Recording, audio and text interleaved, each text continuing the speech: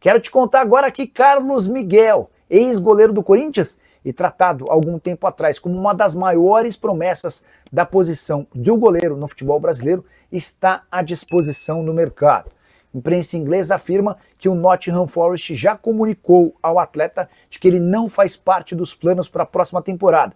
O Forest, inclusive, procura um goleiro para disputar a posição com o Mats Cels. Como o Carlos Miguel é estrangeiro e não foi utilizado na primeira temporada, foram só 3 aparições, fica ruim para o Forest manter um goleiro que não é titular, bem longe disso, e ocupa a vaga de estrangeiro. Então, a ideia do Forest é negociar o mais rápido possível o Carlos Miguel. Levando em consideração que foram gastos apenas 4 milhões de euros para tirá-lo do Corinthians, dá para imaginar que não exista tanta dificuldade numa negociação com o Carlos Miguel. O grande ponto é que o goleiro hoje com 26 anos de idade ainda tem a preferência de permanecer na Europa, apesar de clubes grandes do futebol nacional estarem atrás de goleiros. Tenho contado para vocês que recentemente Flamengo, Palmeiras, Botafogo e Bahia, por exemplo, se interessaram na contratação de Pedro Morisco, 21 anos de idade, atleta do Curitiba. Um pouco antes, o Palmeiras e o Cruzeiro também fizeram tratativas com o Léo Jardim, que optou por renovar seu contrato com o Vasco da Gama. Importante lembrar ainda que dá para dizer que o Cruzeiro saiu dessa disputa por goleiro depois de fechar com o Matheus Cunha, reserva do Rossi, e é também por conta da saída do Matheus Cunha prevista para dezembro que o Flamengo monitora o mercado disposto a trazer alguém para fazer sombra ao Rossi. Só para completar, lembrar que o Carlos Miguel, enquanto jogador do Corinthians, viveu grande fase, deixando excelente impressão. E ele só saiu do Corinthians porque a multa rescisória era das mais baixas, 4 milhões de euros, num contrato extremamente mal redigido pelo então presidente Duílio Monteiro Alves. Pergunta que eu deixo para você, o Carlos Miguel caberia no seu time do coração? Para mim, ele seria titular em praticamente todos os clubes da Série A do Brasileiro. Concorda? Discorda? Já usa espaço para comentário para registrar sua opinião, só não esquece de deixar like, se inscrever no canal. Vários titulares foram poupados do confronto contra o Galo. Preciso te falar agora sobre a Globo, que está sorrindo de orelha a orelha graças à audiência do jogo de ida entre Corinthians e Palmeiras, que terminou com vitória do Timão na Neoquímica Arena na última quarta-feira.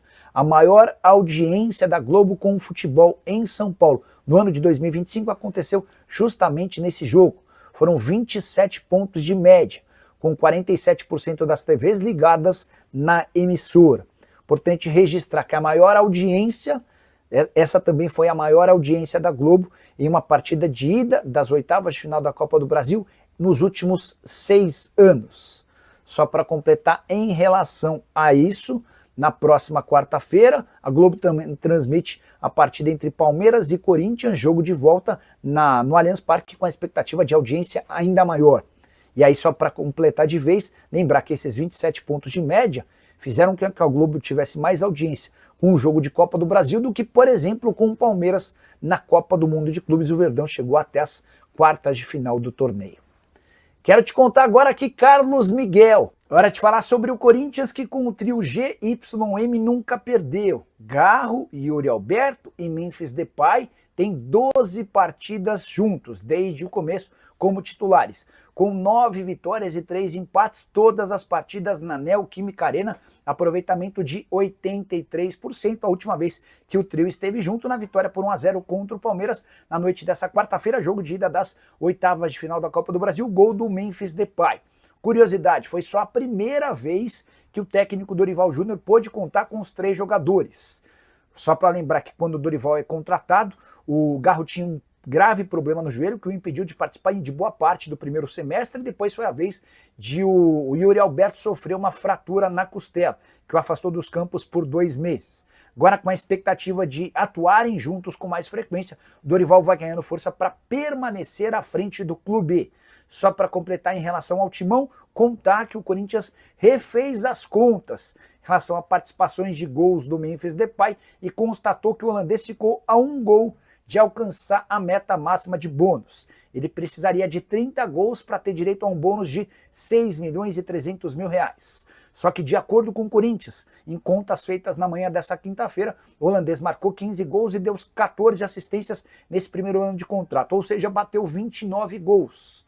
Dessa maneira, em vez dos 6 milhões e 300 mil, ele fica com 4 milhões e 700 mil reais de bônus pela participação em gols, uma economia de 1 milhão e 600 mil pro Corinthians, que vai desembolsar com o Memphis Depay no mês de agosto, algo na casa dos 17 milhões de reais. São 6 milhões de custos normais, habituais, de todo o mês, além de 6 milhões e 300 mil pelo fato de o Memphis ter conseguido participar de 70% das partidas desde que foi contratado, e esses 4 milhões e 700 mil pela presença em 29 gols, seja com gols ou assistências. Bora fechar o vídeo para falar sobre a redenção de Memphis Depay, aleluia, o holandês enfim desencantou num clássico. Na sua 11ª partida contra o rival de São Paulo, Memphis Depay marcou o gol da vitória do Corinthians contra o Palmeiras 1-0 na noite dessa quarta-feira, jogo importantíssimo. Partida de ida das oitavas de final da Copa do Brasil.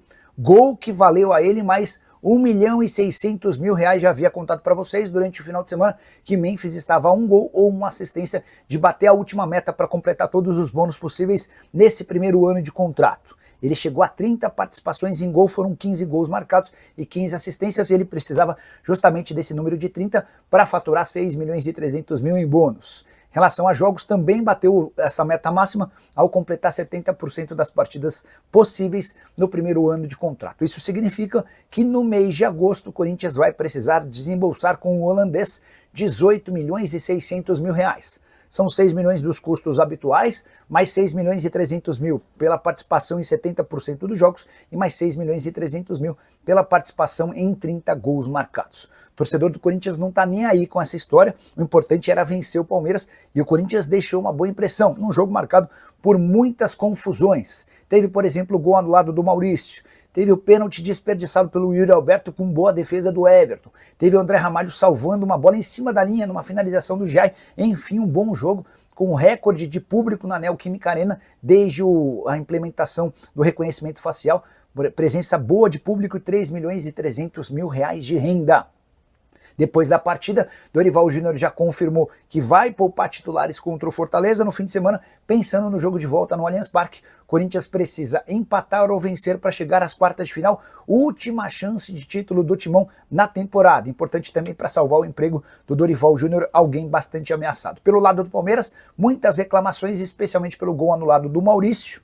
O Abel Ferreira chegou a lamentar, de forma até daquele jeitinho chato dele, o gol anulado, entendendo que a tecnologia não é utilizada no Brasil, que a arbitragem é muito ruim. Ele chegou a chamar o árbitro da partida, o Wilton Pereira de Sampaio, ele chegou a afirmar que o árbitro estava borrado de tanto medo por conta da presença de torcedores corintianos. E você, o que pensa sobre Memphis Depay e a vitória corintiana? Já usa espaço para comentário, para registrar sua opinião. Só não esquece de deixar like, de se inscrever no canal. Hora de falar sobre o Corinthians, mas especificamente de Yuri Alberto. Conversei com o André Cury, representante do atleta, que revelou o projeto de carreira do Yuri. O atacante abriu mão de se transferir para o exterior nessa janela de transferências, e a maior prova disso foi dada com a renovação do contrato até 2030. O projeto do Yuri é ficar no Timão até a próxima Copa do Mundo, marcada para metade do ano que vem. Ele entende que se mudasse para um clube, por exemplo, como o West Ham ou o Nottingham Forest, correria o risco de ter, por conta de um período de adaptação, um momento fora do time. Aquela coisa de estar no novo clube, ser reserva, não conseguir ser titular absoluto. E isso certamente o afastaria de qualquer possibilidade de estar na Copa do Mundo pela seleção brasileira em 2026. O Yuri acredita demais que gols com a camisa do Corinthians podem credenciá-lo na briga por um lugar na camisa 9 da seleção brasileira. E a permanência do Corinthians faz parte desse projeto. Então, o Yuri Alberto sonha em se fixar, em se tornar ainda mais ídolo do Corinthians e estar na lista final de Carlo Ancelotti para a Copa do Mundo do ano que vem. A partir do Mundial, que está marcado para os Estados Unidos, para o Canadá e para o México, a partir daí ele topa ouvir propostas do exterior, projeto desenhado entre Yuri Alberto, seus pais e o representante dele, o André Cury. Yuri, que soma 36 jogos, 13 gols e uma assistência na atual temporada, o novo contrato até 2030, que garantiu a ele aumento salarial. O Yuri ganhava na casa de 1 milhão e 700 mil mensais, seu novo vencimento gira na casa dos 2 milhões de reais por mês. Bora falar agora sobre o Corinthians, que tomou uma decisão importante e polêmica. Os dirigentes alvinegros decidiram voltar com as concentrações, pelo menos na partida contra o Palmeiras. Essa prática já passou a valer. Corinthians, nos jogos dentro de casa e em São Paulo, havia abolido aquela ideia da concentração. Os atletas se apresentavam apenas no dia do jogo para almoçar, jantar e partir para a partida. No confronto contra o Palmeiras, marcado para a noite dessa quarta-feira, a situação mudou. Jogadores treinaram na terça-feira no centro de treinamento do Timão e ficaram concentrados por lá, tudo por causa de uma série de informações nos últimos dias que causaram preocupação e irritação, especialmente de torcedores. É que alguns jogadores do Timão têm abusado da noite. E no clássico contra o São Paulo, derrota por 2-0 no Morumbi, houve relatos de que 2 atletas estiveram na noite. De sexta para sábado, vale a lembrança de que o São Paulo ganhou do Corinthians na noite de sábado no Morumbi.